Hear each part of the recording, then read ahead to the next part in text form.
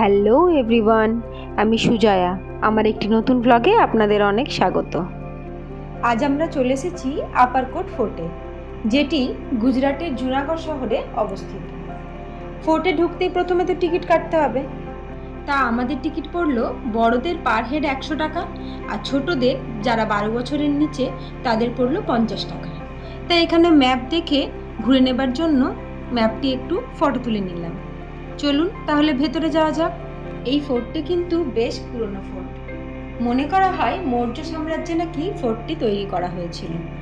তা ফোর্টের দেওয়ালগুলি দেখলে আপনি বুঝতে পারবেন বেশ উঁচু, প্রায় 60 থেকে 70 ফিট উঁচু উঁচু এক একটা দেওয়াল।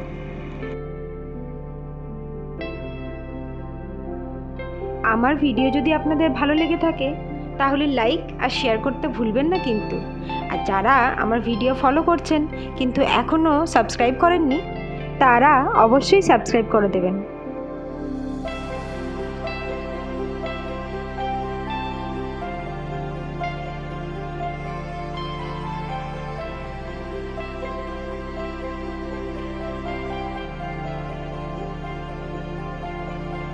ঢুকে কিছুটা আসতেই দেখি এরকম প্রায় 8খানা কামান রয়েছে, ছোট বড় মিলিয়ে। আর ফোর্টের চারিপাশে এরকম পরীক্ষা করা আছে, জানেন, অনেক গভীর কিন্তু পরীক্ষা। এখানেও গাইড পাওয়া যায়, কিন্তু আমরা গাইড নিইনি, আমরা ম্যাপ দেখেই ঘুরে নেব। ওই দেখুন জিসান দেখেছেন, ভাবছে তোপটি ও ঠেলেই চালাবে। একটু হেঁটেই থকে গেছি, জিসান তো আর হাঁটতে পারছে না। তা শুনলাম ভেতরে নাকি সাইকেল পাওয়া যায়, তাই এখান থেকে 20 টাকা ভাড়া দিয়ে জিসানের সাইজের একটি সাইকেল নিয়ে নিয়েছি। 8 সিটার 10 সিটারের গাড়িও পাওয়া যাচ্ছে জানেন, কিন্তু আমরা ভাবলাম তা নেব না, বড়রা হেঁটেই ঘুরব। এখন যেদিকে যাচ্ছি এটি হলো মসজিদ। চলুন যাই তাহলে ভেতরে।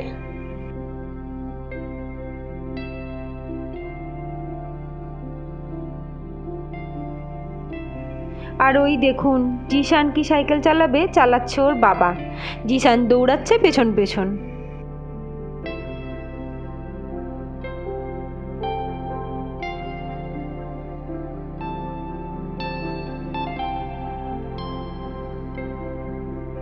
এত বড় ফোর্ট, তা পুরোটাই পাথরের তৈরি, আর তার ওপর আবার কারুকার্য করা। শিল্প যে কি না দেখলে। এটি মসজিদের মেন পার্ট। এই জায়গাতে বসেই প্রার্থনা করা হতো। এখন অবশ্যই ফোর্টটি পুরোটাই গুজরাট গভর্নমেন্ট দেখাশোনা করে।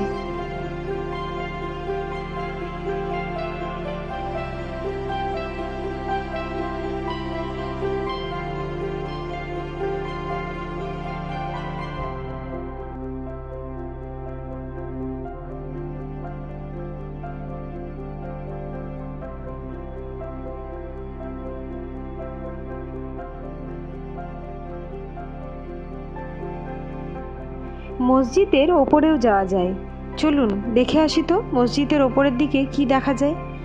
একদম উপরে অবশ্য উঠতে দেয় না, তবে এই দোতলার এই ছাদটিতে উঠতে দেয়। ওপর দিকটা দেখলাম ক্লোজ করা রয়েছে। তা এখান থেকে বেশ চারিপাশটা বেশ ভালোই লাগলো। ওই দেখুন কি সুন্দর ময়ূর ঘুরছে, দেখেছেন? চারিপাশে ময়ূর, হনুমান প্রচুর ঘুরছে কিন্তু এখানে।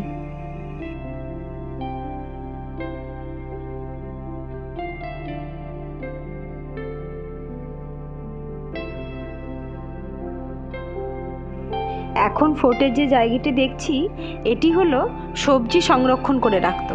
আমরা যেমন এখন রেফ্রিজারেটরে রাখি, ওরা তখন এইভাবে রাখতো। দেখুন প্রত্যেকটা আলাদা আলাদা বক্স করা আছে, বক্সের মধ্যে আলাদা আলাদা সবজি এরকমভাবে কাঁচ দিয়ে ঘেরা থাকতো। কি সুন্দর না? আর দেখেছেন এই জায়গাটি, কুয়োটা দেখেছেন? এটি একটি কুয়ো, মানে স্টেপ ওয়েলের মতো। এর পুরো নিচে অবধি নামা যায় জানেন। তাই এখন নেমে দেখব, চলুন যাই নিচে। এই তো সবে মাত্র একটা স্টেপ নামলাম, এরকম বোধ হয় 4-5টা স্টেপ আছে। দেখুন এখান থেকে কীরকম লাগছে না? এখান থেকে বোঝাই যাচ্ছে না কুয়োটা কোথায় আছে। চলুন আরও নিচে যাই। নামতে নামতে খালি এক কথাই মনে হচ্ছে জানেন, কিভাবে এই রকম স্টেপ নেমে নেমে তারা স্নান করতো বা কুয়োর জল ইউজ করতো জানি না বাবা, ভাবলেই কেমন অবাক লাগছে, তাই না? যেগুলো আমরা সেই ইতিহাস বইয়ে পড়েছি সেগুলো এখন চোখের সামনে দেখছি। ওপর দিকটা দেখেছেন কীরকম, কতটা উঁচু। আমার তো রীতিমতো সামনে যেতেই ভয় লাগছিল। তা গিয়ে দেখি এখনও অনেকটা বাকি, নিচে অবধি কিন্তু এখনও নামা যাবে। তার নিচে প্রচুর পায়রা আর বাদুড় ঘুরছে, তারও একটা খুব বিচ্ছিরি গন্ধ উঠছে। তা জিশান তো প্রথমে যেতে চায়নি, কিন্তু অনেক বলে কয়ে ওকে নিয়ে যাওয়া হচ্ছে। দেখা যাক কত দূর আমরা এখন নিচে নামতে পারি। তবে দেখতে কিন্তু সত্যিই খুব ভালো লাগছে আর অবাকও লাগছে। কত বুদ্ধি দিয়ে কীরকম সৃষ্টি, তাই না? এখানে তো কুয়োটা নিচে অবধি এক ঝলক দেখেই আমি সরে গেছি। দেখে মনে হচ্ছে মতকি কুয়া, নিচেটা পুরো অন্ধকার। চলুন, অনেকটা ঘোরা বাকি আছে এখনও। তা এখন যেখানে যাচ্ছি এটি একটি বৌদ্ধদের গুহা। এই গুহাটি আবার দোতলা গুহা, জানেন তো? দেখেছেন, এখন আমরা দাঁড়িয়ে আছি দোতলায়। এর নিচে আরেকটি তলা আছে, একতলা। সেটা আবার প্রথমে ওপরে উঠে আমরা নিচে নামছি। এভাবেই গুহাটি তৈরি, ওপর থেকে উঠে নিচে নামা। ওই দেখেছেন, এই দেখুন দোতলা, ওই দেখুন নিচে আরও একতলা।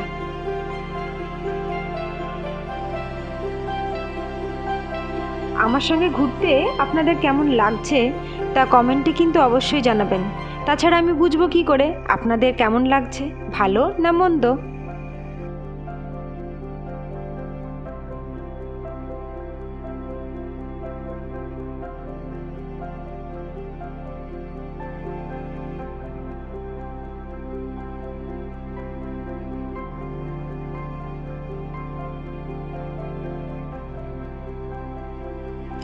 বৌদ্ধ সন্ন্যাসীরা নাকি এখানে তখন থাকতেন। গুহার মধ্যে পাথর কেটেই ছোট ছোট ঘরের মতো করা রয়েছে। আবার এখানে একটি কালকুঠুরিও রয়েছে, মানে বন্দীদেরকে ওখানে বোধহয় রাখা হতো, তেমনটাই শুনলাম অন্য একটি গাইডের কাছে। এই দেখুন, এখন যেখানে যাচ্ছি এটি হলো কালকুঠুরি। দেখেছেন, পুরো ভেতরটা অন্ধকার, কিচ্ছু দেখা যায়। এই গুহার মধ্যেও আবার পাথর কেটে কীরকম ডিজাইন বানিয়েছে দেখুন। আবার অনেক দেবদেবীরও মূর্তি করা রয়েছে।